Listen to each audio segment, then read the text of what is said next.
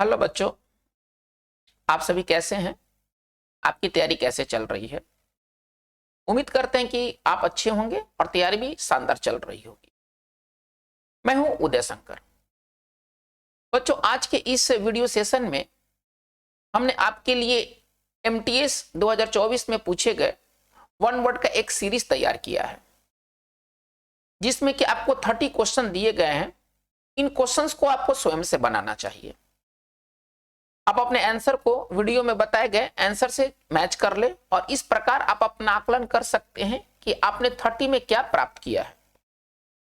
मेरा मानना है बच्चों कि इस 30 में आपका 20 प्लस होना चाहिए, 20 से ज्यादा होना चाहिए। लेकिन आपका अगर स्कोर कार्ड अगर 20 से बिलो है तो फिर थोड़ा सा इसको पुअर माना जाएगा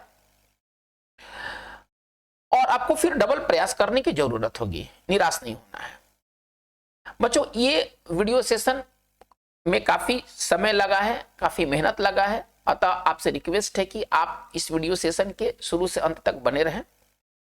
अगर आपको ये वीडियो पसंद आए तो आप इसे जरूर लाइक करें, सब्सक्राइब करें, अपने परिचितों में इसे शेयर करें। चलिए तो इस वीडियो की शुरुआत करते हैं क्वेश्चन नंबर 1 से। सवाल कह रहा है क्या कि a policy that separates people on the basis of race. सवाल नंबर 1 क्या पूछा गया है कि एक नीति है जो कि लोगों को जाति के आधार पर, रेस के आधार पर, रेस का मतलब नस्ल होता है, नस्ल के आधार पर लोगों को अलग करती है। उस पॉलिसी को हम क्या कहते हैं? 4 ऑप्शन दिए गए हैं: एपोस्टेसी, एपार्थेड, एपोसल और अपियरी। बच्चों, ये वीडियो थोड़ा तेजी से आगे की ओर जाएगा, अतः आप वीडियो को पॉज करके आप बना ले, समय लेते हुए आप बनाए, लेकिन वीडियो तेजी से आगे की ओर बढ़ेगा। बच्चों, इसका जो राइट आंसर होना चाहिए वो बी होना चाहिए, एपार्थेड। साउथ अफ्रीका में पहले एपार्थेड की पॉलिसी थी। वहां पर नस्ल भेद होते थे, गोरे कालों का वहां पर जंग चलता था। नेल्सन मंडेला ने इसके खिलाफ लड़ाई भी लड़ी। तो एपार्थेड का मतलब क्या होता है? अगर सिंपल अगर भाषा में कहें तो नस्ल भेदी, ठीक है ना। इसमें नस्ल के आधार पर लोगों को अलग किया जाता था। गोरे अलग, काले अलग, गोरे के लिए फैसिलिटी अलग, काले के लिए फैसिलिटी अलग। तो इसका राइट आंसर होना चाहिए 1 का राइट आंसर बी होना चाहिए। बाकी अगर वर्ड पर विचार करें जो आपके लिए इंपॉर्टेंट है वो है एपोस्टेसी। एपोस्टेसी का मतलब क्या होता है कि उसमें आप ईश्वर, एपोस्टेट कौन होते हैं? जो अपने धर्म को त्याग देते हैं। और ये जो भावना होता है, धर्म त्याग का जो भावना होता है ना, वो कहलाता है एपोस्टेसी। तो एपोस्टेसी को अगर सिंपल भाषा में अगर कहें तो धर्म त्याग को एपोस्टेसी कहते हैं। एपोसल, इसको ना, इसका उच्चारण करेंगे एपोसल और इसका मतलब होता है दूत, ठीक है ना। चलिए, अपियरी एक ऐसा जगह होता है, देखिए अवियरी और अपियरी। अवियरी का मतलब होता है पक्षी और अपियरी का मतलब होता है मधुमक्खी। तो जहां पर मधुमक्खी का पालन जो होता है ना, वो अपियरी कहलाता है। तो मधुमक्खी आप पालन समझिए। ये सभी के सभी वर्ड्स आपको काम में आने वाले हैं, ठीक है। ये वो ऑप्शन जो दिया गया ना, ये भी बेहतरीन ऑप्शन दिए गए हैं। तो 1 का राइट आंसर जो होगा हमारा बी होगा। आते हैं हम लोग नेक्स्ट सेकंड सवाल में। The act of talking to oneself often audibly. आप स्वयं से बोलते हैं, एक व्यक्ति स्वयं से बोलता है, इसको हम लोग क्या कहते हैं? ठीक है ना। और उतना बोलता है कि आप उसके आवाज को सुन सकते हैं। एक होता है मन में बोलना और एक होता है खुल के बोलना। तो पूछ रहा है क्या कि उसके लिए एक वर्ड आपको बताना है कि the act of talking to oneself often ऑडिबली।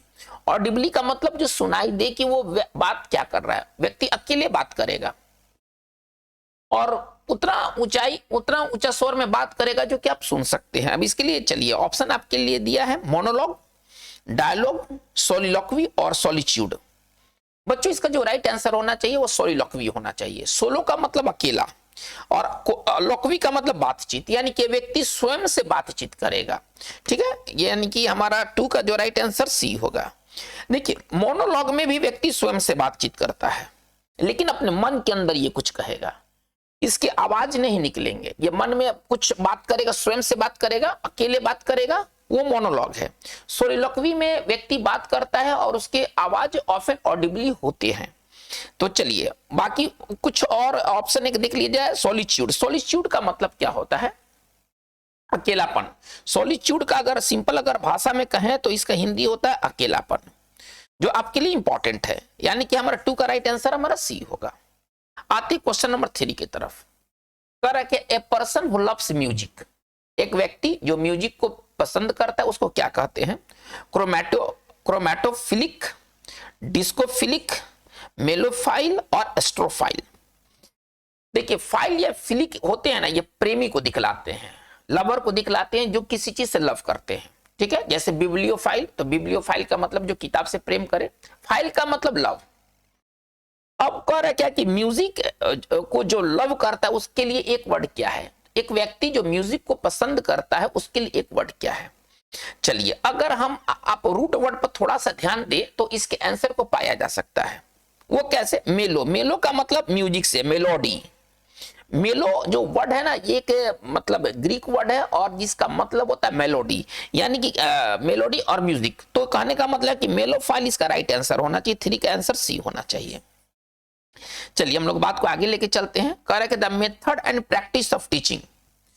The method and practice of teaching के लिए एक वर्ड क्या है? ठीक है, पेडागॉगी, ऑब्जेक्टिव, स्ट्रेटेजी, लर्निंग।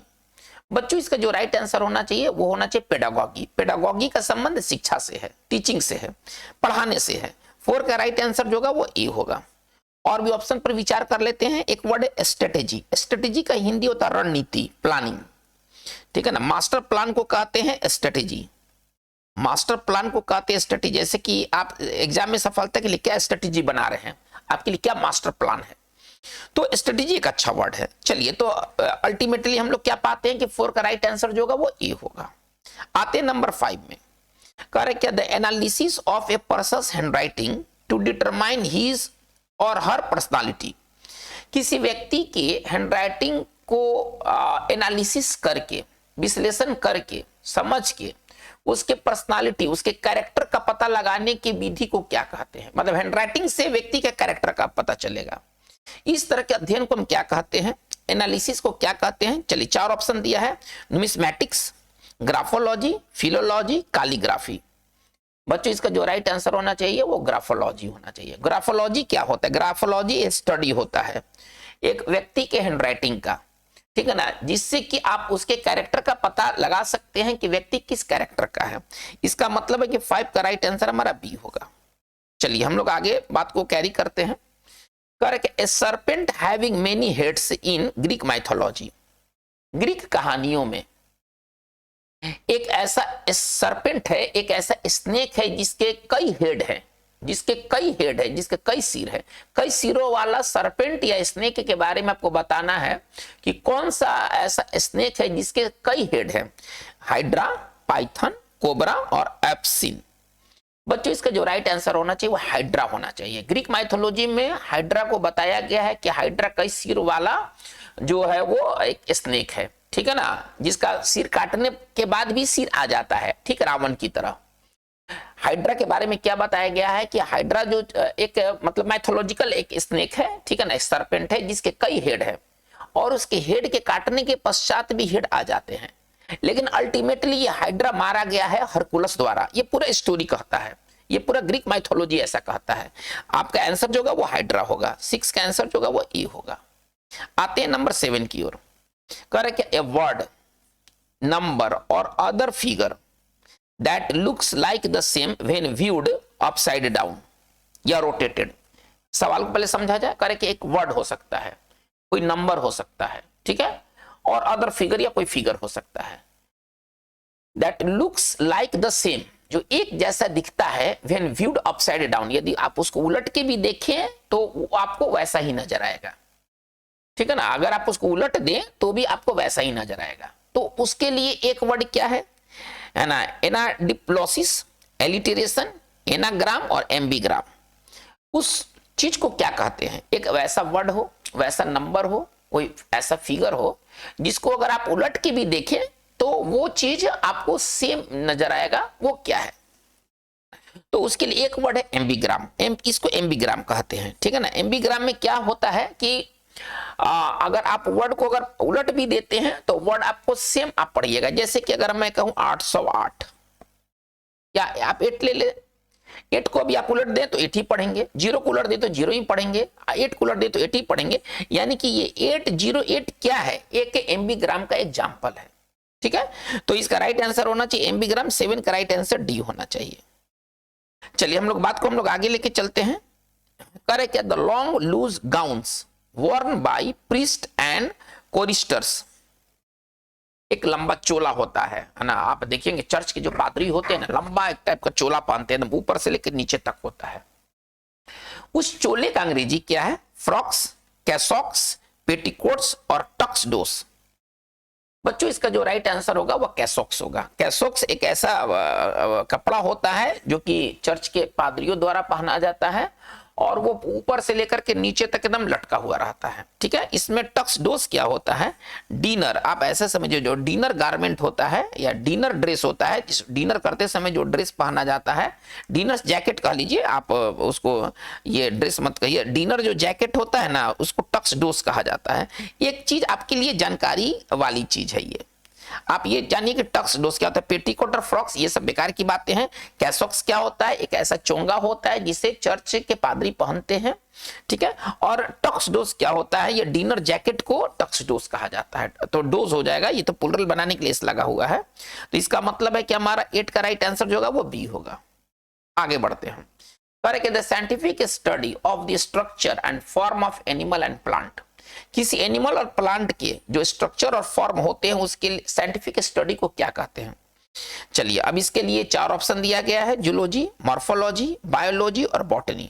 बच्चों इसका जो राइट आंसर होना चाहिए वो मॉर्फोलॉजी होना चाहिए। 9 का आंसर बी होगा। आते हैं हम लोग आगे। कह रहा है कि drawings of people in such a highly exaggerated manner as to cause laughter. कह रहा है कि ड्राइंग्स ऑफ पीपल है ना, आप लोगों का एक ड्राइंग बनाते हैं और इस तरह से बनाते हैं ना, एक्सैजरेटेड मतलब उसका मुंह छोटा है तो मुंह बड़ा कर देंगे। किसी नेता का पेपर में देखेंगे कि मुंह छोटा है को बड़ा कर दिया, पैर बड़ा तो छोटा कर दिया, और इस तरह से बनाया जाता है पिक्चर ताकि लोगों में हंसी उत्पन्न हो। उस पिक्चर को क्या कहते हैं, उस ड्राइंग्स को क्या कहते हैं। Drawings of people in such a highly exaggerated manner as to cause laughter, जो कि हंसी पैदा करे, उस ड्राइंग्स को हम क्या कहेंगे। 4 ऑप्शन दिया गया है, आर्टिकल्स, स्केचेस, पोर्ट्रेट्स और कैरिकेचर। बच्चों इसमें जो राइट आंसर होना चाहिए वो कैरिकेचर होना चाहिए। कैरिकेचर क्या होता है, एक वैसा कार्टून जो लोगों में हंसी उत्पन्न करे, उस कार्टून को हम लोग कैरिकेचर कहते हैं। उसमें किसी का मजाक उड़ाने के लिए ना वैसा चित्र बनाया जाता है, ठीक है। तो 10 का राइट आंसर हमारा जो होगा वो डी होगा। आते हैं 11। कह रहे क्या, a room in a hospital used specially for sunbathing और थेराप्यूटिक एक्सपोजर टू लाइट। सवाल का पहले अर्थ पहले समझ लिया जाए। एक रूम हॉस्पिटल में जो कि इस्तेमाल किया जाता है धूप स्नान के लिए, मतलब रूम में रहेगा जिसमें धूप स्नान आप कर सकते हैं, या लाइट से जो थेरेपी होता है आप वो हो सकता है। बहुत सारे ऐसे प्रणालियां है जिसमें धूप से ना थेरेपी होता है। तो उस रूम को क्या कहेंगे जिसमें ये सारी बातें हो, ये सारी फैसिलिटियां हो, जिसमें धूप आ सके, सनबाथ आप कर सके, आप लाइट के थ्रू आपका थेरेपी हो सके, उस रूम को क्या कहेंगे जो कि हॉस्पिटल में ऐसा होता है। सैनाटोरियम, सोलारियम, प्लेनेटेरियम और पोडियम। एक वर्ड का चुनाव करना है उस रूम के लिए। बच्चों इसका जो राइट आंसर होना चाहिए वो सोलारियम होना चाहिए। 16 देखिए आप यहां से रूट वर्ड पाइए। 16 का मतलब क्या होता है, सन। 16 का मतलब होता है सन, ये एक लैटिन वर्ड है जिसका मतलब होता है सन। तो सोलारियम क्या होता है, एक ऐसा रूम होता है जहां पर धूप की प्राप्ति होती है, जहां पर कोई व्यक्ति सनबाथ कर सकता है या धूप द्वारा वो अपना इलाज कर सकता है। तो वो जो जगह होता है वो होता है सोलारियम होता है, ठीक है। चलिए सैनाटोरियम क्या होता है। देखिए सैनाटोरियम एक ऐसा जगह होता है ना जहां पर बीमार व्यक्ति को रखा जाता है ताकि ठीक हो सके, है ना, क्योंकि वहां का क्लाइमेट अच्छा होता है।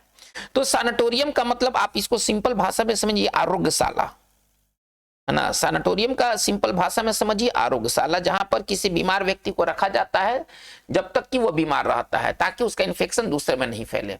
अब कोविड के समय में किसी को कोविड हो जाता था, उसको हॉस्पिटल में रख दिया, उसको कॉलेज में रख दिया, उसको ट्रेन के बोगी में रख दिया, वो तब तक रखेगा जब तक कि वो पूरी तरह से रिकवर ना हो जाए। तो उस जगह को सैनाटोरियम कहा जाता है जहां पर बीमार मरीज को रखा जाता है। चलिए ये वर्ड आपके काम का चीज था। हालांकि इसका जो आंसर होगा 11 का राइट आंसर हमारा बी होगा। आते हैं नंबर 12 में। क्या, one who does something for pleasure. एक व्यक्ति है जो कि मौज मस्ती के लिए कुछ करता है, माना आनंद के लिए कुछ करता है, उस व्यक्ति को क्या कहते हैं। Anarchist, atheist, hedonist, aggressor. ठीक है ना। इसका जो बच्चों, इसका जो राइट आंसर होगा वो हिडोनिस्ट होगा। 12 का आंसर सी होगा। हिडोनिस्ट कौन होते हैं?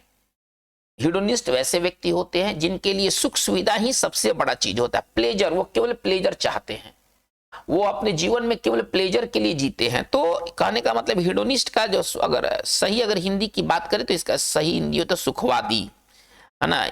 चलिए, यानी कि हमारा 12 का राइट आंसर हमारा सी होगा। आते 13 में, a person who is mentally ill, एक व्यक्ति जो कि मानसिक तौर पर बीमार है। मानसिक तौर पर बीमार व्यक्ति के लिए एक वर्ड क्या है? मर्सिनरी, साइकेट्रिस्ट, लुनैटिक और साइकोलॉजिस्ट। तो इसका जो राइट आंसर होना चाहिए वो लुनैटिक होना चाहिए। लुनैटिक का मतलब आप इसको पागल, है ना, मतलब सरल भाषा में आप इसको पागल कह सकते हैं, या दिमागी तौर पर बीमार, या दिमागी तौर पर बीमार, ठीक है ना। दिमागी तौर पर बीमार व्यक्ति को आप लुनैटिक कह सकते हैं। इसका मतलब है कि 13 का राइट आंसर हमारा सी होगा।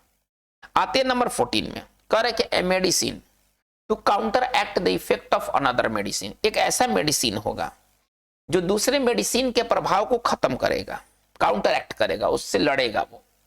एक बार सवाल को फिर से समझा जाए। A medicine to counteract the effect of another medicine, एक ऐसा मेडिसिन होगा जो दूसरे मेडिसिन के इफेक्ट को खत्म करेगा। उस मेडिसिन के लिए क्या वर्ड है?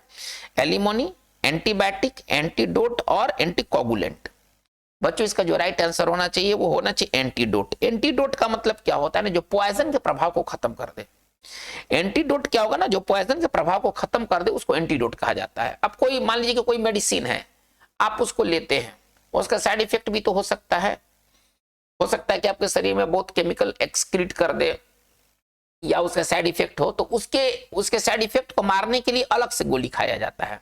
अब वो गोली किस तौर पर काम करेगा? एंटीडोट के रूप में काम करेगा, विषनाशक। आप इसको सिंपल भाषा में समझिए, विषनाशक। ठीक है, यानी कि हमारा 14 का राइट आंसर हमारा सी होगा।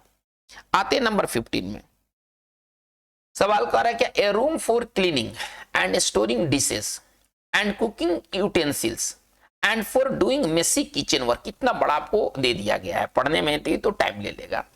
मतलब मोटा मोटी आप ऐसा समझिए, room for cleaning and dishing and storing dishes and cooking utensil, यानी कि वैसा जगह जहां पर बर्तन धोया जाता है किचन का, उस जगह के लिए एक वर्ड क्या है? एक ऐसा जगह जहां पर आप किचन का बर्तन धोते हैं या किचन संबंधी काम करते हैं, तो उसके लिए एक वर्ड क्या है? डॉर्मेट्री, स्कलरी, सैनिटोरियम और ओवरले। बच्चों, इसका जो राइट आंसर होना चाहिए वो स्कलरी होना चाहिए। स्कलरी एक ऐसा जगह होता है जहां पर किचन का बर्तन वगैरह साफ किया जाता है, ठीक है ना। बर्तन साफ करने का जगह, इसको सिंपल भाषा में बात करें तो बर्तन साफ करने का जगह, साफ करने का जगह, ठीक है ना, ये स्कलरी कहलाता है। अब तो हमारे यहाँ तो किचन में ही बर्तन साफ होता है, ये अलग बात है, लेकिन आमतौर पर होना इसको अलग चाहिए। किचन से आदमी हट करके साफ करता है, उस जगह को स्कलरी कहा जाता है जहां पर किचन के बर्तनों को साफ किया जाता है। नंबर इसका 15 का आंसर जो होगा वो बी होगा। आते हैं नंबर 16 में, क्या? The monument setup for people who were buried in other countries. उस स्मारक को क्या कहेंगे जो व्यक्ति कहीं और मर गया है, लेकिन उसका जो स्मारक है उसके देश में बनवाया गया। मान के चलिए कि कोई सेना था, सेना कहीं लड़ने गया, वहीं पर मर खप गया, लेकिन उसका स्मारक हम अपने देश में बनवाएंगे। ठीक है, मर खप गया, कहीं और गया था, मर खप गया, और लेकिन उसका स्मारक हम अपने देश में बनवाएंगे। तो इसके लिए एक वर्ड क्या है? Graves, cemetery, cenotaphs, coffins. बच्चों, इसका जो राइट आंसर होना चाहिए सीनोटाप्स होना चाहिए। सीनोटाप्स क्या होता है? एक वैसा मॉन्यूमेंट होता है, एक स्मारक होता है जो कहीं और जगह दफनाए गए व्यक्ति के स्मरण में बनाया जाता है। सेना वगैरह के मामलों में ये सब ज्यादा होता है। तो 16 का राइट आंसर होगा, 16 का राइट आंसर सी होगा। आते 17 में, the act of transferring one's authority to another. आप अपना अधिकार किसी दूसरे को देते हैं, इस पद्धति को क्या कहते हैं? इस चीज को क्या कहा जाता है जिसमें व्यक्ति जो है वो अपना अथॉरिटी किसी दूसरे को दे देता है? ठीक है, मेडियरी, एजेंसी, असाइनी और डेलीगेशन। इसका जो राइट आंसर होना चाहिए बच्चों डेलीगेशन होना चाहिए। 17 का डी होगा। चलिए आते हैं 18 में, belonging or pertaining to an individual from birth. एक बार सवाल को समझा जाए। Belonging or pertaining to an individual from birth, कोई चीज किसी व्यक्ति के साथ जन्म से ही है, फ्रॉम बर्थ से ही वो चीज है, उस चीज को क्या कहेंगे? कोई चीज व्यक्ति के साथ जन्म से ही है तो उस चीज को हम क्या कहेंगे? Congregational, congenital, congruent, congenial. एक बार फिर से, वैसे चीज को क्या कहेंगे जो व्यक्ति के जन्म के साथ ही जुड़ा हुआ हो, उसके लिए एक बड़े कॉन्जेनिटल है, जन्मजात। यदि कोई चीज यदि कॉन्जेनिटल है, इसका मतलब है कि वो जन्म से ही वो जुड़ा हुआ है। जैसे कि कोई बीमारी, यदि कोई बीमारी कॉन्जेनिटल बीमारी है, यानी कि वो बच्चों में जन्म के साथ ही वो बीमारी वो लेकर आया है। ठीक है, तो इसका राइट आंसर क्या होना चाहिए? 18 का राइट आंसर बी होना चाहिए। आते नंबर 19 में, the land that is best suitable for growing crops. Correct, एक बार फिर से, the land that is best suitable for growing crops, यानी कि वो एक लैंड है, एक जमीन है जो कि फसल उपजाने के लिए बेस्ट सुटेबल है। उस जगह को हम क्या कहेंगे? वर्ड अरेबल, बैरन, फ्रूटफुल, रस्टिक। बच्चों इसका जो राइट आंसर होना चाहिए अरेबल होना चाहिए। अरेबल का मतलब खेती योग्य, वैसे भूमि जिस पर खेती का काम किया जा सके वो अरेबल लैंड होता है, यानी कि 19 का आंसर हमारा ए होगा। आते 20 नंबर में, करे क्या? One who performs daring gymnastic feats. एक व्यक्ति है, बहुत जिम्नास्ट वाला काम करता है, शरीर को पूरा हवा में उछाल लेता है। इस तरह के व्यक्ति को क्या कहते हैं जो ऐसा काम करे? Addict, Acrobat, Adonis, advocate. इस तरह के व्यक्ति को कहा जाता है एक्रोबैट। एक्रोबैट कौन होते हैं? जो अपने बॉडी को हवा में जंप कर लेते हैं, तरह तरह के करतब दिखलाते हैं, ये जिम्नास्टिक फिट्स दिखलाते हैं, इस व्यक्ति को एक्रोबैट कहा जाता है ना। 20 का राइट आंसर जो होगा वो बी होगा। चलिए आगे बात को देखा जाए। Correct, a poem of lamentation specially for the dead. एक कविता जिसमें कि किसी व्यक्ति को लेकर के विलाप किया जाता है, शोक मनाया जाता है, ठीक है ना, जो कि मर गया है। तो किसी की मृत्यु पर लिखी गई कविता को क्या कहते हैं? चलिए, ऐसे, रिपोर्ट, एलेजी और अकाउंट। बच्चों इसमें जो राइट आंसर होना चाहिए वो एलेजी होना चाहिए। एलेजी क्या होता है ना? दुखांत कविता होता है। इसको सरल भाषा में कहें तो इसका हिंदी होता है दुखांत कविता, जो किसी व्यक्ति के मरने के उपरांत लिखी जाती है। ठीक है, 21 का राइट आंसर सी होगा। आते 22 में, करें a person who travels from place to place specially for work. A person who travels from place to place specially for work, एक ऐसा व्यक्ति जो एक जगह से दूसरे जगह घूमता है काम के सिलसिले में, वर्क के सिलसिले में, उस व्यक्ति को क्या कहते हैं? वैग्रांट, नोमैड, पिलग्रिम और इटिनेरेंट। बच्चों इसका जो राइट आंसर होना चाहिए वो इटिनेरेंट होना चाहिए। इटिनेरेंट कौन होते हैं? जो घूमते हैं, बिना मतलब का नहीं, घुमक्कड़ की जिंदगी नहीं जीते हैं, ये काम के सिलसिले में एक जगह से दूसरे जगह जाते हैं, इस व्यक्ति को कहते हैं इटिनेरेंट, यानी कि 22 का राइट आंसर हमारा डी होगा। जबकि जो वैग्रांट और जो नोमैड है ना, ये घुमंतु होते हैं। सरल भाषा में इसके लिए अगर मैं कहूं तो इसके लिए एक वर्ड है घुमंतु। ये मतलब केवल घूमते रहते हैं बिना पर्पस के, ठीक है। जबकि जो इटिनेरेंट होते हैं ये भी घूमते हैं लेकिन काम के सिलसिले में। 22 का राइट आंसर डी होगा। चलिए आते हैं 23 में। करे क्या? One who brings legal action against someone in court. एक व्यक्ति जो है वो किसी के खिलाफ कोर्ट में कार्रवाई कर देता है, ठीक है, उस व्यक्ति को क्या कहेंगे जो कार्रवाई करे? एक व्यक्ति, एक बार फिर से इसको समझा जाए, one who brings legal action, जो कानूनी कार्रवाई करे अगेंस्ट समवन, किसी के खिलाफ, इन कोर्ट, कोर्ट में, उसको हम क्या कहते हैं? सैंक्टिमोनियस, नुमिस्मैटिक, प्रैग्मेटिस्ट और प्लेंटिफ। बच्चों इसका जो राइट आंसर होगा वो प्लेंटिफ होगा। प्लेंटिफ कौन होते हैं? पहले आप इसको समझिए। प्लेंटिफ वैसे लोग होते हैं जो किसी के खिलाफ कोर्ट में ना वो केस कर देते हैं, कार्रवाई कर देते हैं, लीगल एक्शन लाते हैं, तो दे आर कॉल्ड प्लेंटिफ। 23 का राइट आंसर जो होगा वो डी होगा। 24 में आते हैं। Correct, the branch of geography that studies mountains and there formation. Correct, geography की वो शाखा जिसमें कि पर्वत की पढ़ाई होती है और उसका निर्माण के बारे में, यानी कि उसमें पर्वत संबंधी चीजों की अध्ययन किया जाता है, वो ज्योग्राफी की कौन सी शाखा है? चलिए, वर्ड पहला ऑप्शन क्या है? पेलियोग्राफी, ऑर्थोग्राफी, ओरोग्राफी और माइथोग्राफी। इसमें कौन सा ग्राफी है जो कि माउंटेन और उसके फॉर्मेशन से जुड़ी हुई बातों को बताता है? वह है ओरोग्राफी। वह ओरोग्राफी, पहाड़ संबंधी। ओरोग्राफी का मतलब सिंपल भाषा में कहे तो इसका हिंदी होगा पहाड़ संबंधी, ठीक है, यानी कि हमारा 24 का राइट आंसर होगा सी होगा। आते 25 में, करे क्या, द स्पेस और room that is at the top of a building और just the below the main roof. आप पहले सवाल को समझें।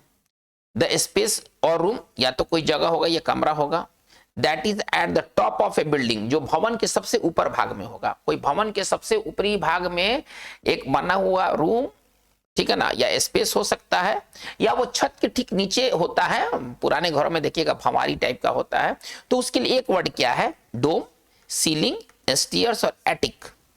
बच्चों इसका जो राइट आंसर होना चाहिए वो एटिक होना चाहिए। ठीक है, 25 का राइट आंसर जो होगा वो डी होगा। आते 26 में, a building where animals are butchered, एक बिल्डिंग, एक ऐसा जगह जहां पर जानवरों को काटा जाता है। बुचर मतलब काटना। A building where animals are butchered, उस जगह को क्या कहते हैं जहां पर जानवरों को काटा जाता है? चलिए, डिकेंटर, एबाटवायर, बरो और सिमेट्री। बच्चों इसका जो राइट आंसर होना चाहिए वो एबाटवायर होना चाहिए। एबाटवायर का सिंपल मतलब अगर कहें तो कसाई खाना। कसाई खाना क्या होता है? एक ऐसा जगह होता है जहां पर जानवरों को ले जाकर के काट दिया जाता है। ठीक है, उसके लिए एक वर्ड है स्लॉटर, स्लॉटर हाउस भी। इसके लिए एक दूसरा साइन हो, क्या हम लिख सकते हैं? Slaughter house. इस भले दिया नहीं है लेकिन इसके लिए एक और दूसरा वर्ड है स्लॉटर हाउस। तो बच्चों इसका जो राइट आंसर होना चाहिए वो बी होना चाहिए। 26 का राइट आंसर जो होगा वो बी होगा। आते 27 में, correct, a person or entity that is unable to pay debt, एक व्यक्ति या कोई ऐसा चीज जो कि कर्ज नहीं चुका सकता है। कर्ज तो ले लिया है, कर्ज में चला गया है, लेकिन उसके पास अब देने के लिए कुछ भी नहीं है। उस व्यक्ति या उस चीज को क्या कहते हैं? बस्टेड, इंसर्जेंट, इंसॉल्वेंट और एक्लूस। तो इसके लिए बच्चों एक वर्ड इंसॉल्वेंट। इंसॉल्वेंट का मतलब क्या है कि व्यक्ति कंगाल हो गया है, व्यक्ति कंगाल हो गया, अब वो कर्ज नहीं चुका सकता है, तो इसके लिए एक वर्ड दिवालिया होता है। दिवालिया कौन होते हैं? जो कि अपना कर्ज नहीं दे पाते हैं, ठीक है ना, वो दिवालिया कहलाते हैं। तो इंसॉल्वेंट का जो राइट हिंदी होगा वो क्या होगा? दिवालिया होगा। ठीक है, 27 का राइट आंसर हमारा सी होगा। आते 28 में, करेगा constant effort to achieve something, कोई चीज को प्राप्त करने का जो आप लगातार प्रयास बना के रखते हैं, अनवरत प्रयास। तो इसके लिए एक वर्ड क्या है? रिकांट, परसविरांस, यूफेमिज्म और पर्सपिकेसियस। किसी चीज को प्राप्त करने के लिए व्यक्ति जो लगातार एफर्ट बनाकर रखता है, उस लगातार एफर्ट के लिए वर्ड है परसवरेंस। परसवरेंस, अनवरत प्रयास। इसको सिंपल भाषा में कहें तो अनवरत प्रयास, यानी कि वो प्रयास जो कि कभी समाप्त ना हो। चलिए, तो 28 का राइट आंसर हमारा क्या होगा? 28 का राइट आंसर बी होगा। आते 29 में, करेक्ट, ए पोस्ट विदाउट एनी रिम्यूनरेशन, एक पद है जिसमें किसी तरह का मेहनत आना नहीं है, तो उस पोस्ट को क्या कहेंगे? वो कौन सा पोस्ट कहलाएगा जिसमें किसी तरह का मेहनत आना नहीं है? रिम्यूनरेशन का मतलब मेहनत आना। चलिए, अब इसके लिए 4 ऑप्शन दिया गया है, इलिजिबल, बाइगोट, ऑनरेरी और एफिमिनेट। बच्चों इसका जो राइट आंसर होना चाहिए वो होना चाहिए ऑनरेरी होना चाहिए। अवैतनिक कार्य को ऑनरेरी कहते हैं। इसमें सम्मान तो होता है लेकिन पैसा नहीं होता है। कोई अवैतनिक जो कार्य होता है ना, उसको हम लोग ऑनरेरी कहते हैं, यानी कि 29 का राइट आंसर सी होगा। आते 30 में, correct, A short stay at a place, किसी जगह पर थोड़े समय के लिए रुकने को क्या कहते हैं? वर्ड है जेनोफोब, इम्बार्गो, टोपियरी और सजर्न। किसी स्थल पर थोड़े समय के रुकने के लिए जो वर्ड है वो है सजर्न है, जिसको आप विश्राम भी आप कह सकते हैं, पड़ाव, विश्राम। तो 30 का राइट आंसर हमारा डी होगा। बच्चों ये जो 30 सवाल का जो सीरीज है आपके लिए काफी और काफी इंपॉर्टेंट है। आज की बात बस इतना ही। Thank you very much.